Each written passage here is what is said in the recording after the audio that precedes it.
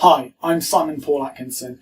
I'm going to talk today about feedback for learning, and I'm going to talk about 4 particular purposes why we provide feedback to our students.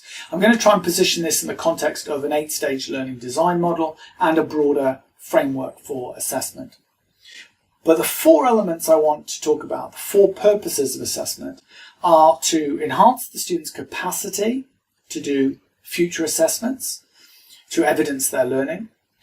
The second would be their own metacognitive development, so their own self-awareness. The third would be the broader academic skill set that we expect students to acquire through their learning. And the fourth is their own well-being and self-confidence. So I'm going to take each one in order. So let's take the first one, where we want to build students' capacity to face future assessments. It's more about making sure that students recognise what it was they didn't do in their preparation for their assessment, rather than trying to punish them for what they didn't do. So we can go back to the beginning of the process and say to them, if you knew this, if you had known this when you encountered this assessment or this activity, you might have performed better. So it's a way of getting students to reflect on their own performance by having them revision their own behaviour. I find that very powerful. The second is the metacognitive development that we expect students to acquire through their learning. We want students to become self-confident, self-aware. We want them to own their own learning. And you can do that by writing feedback in such a way that hands the ownership of the learning back to the students.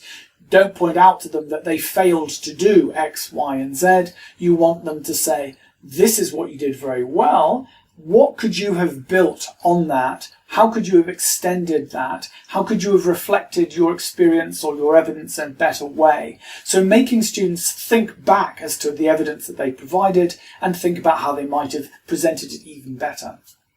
The third purpose is to develop academic skills. We want them to become broader academically able students.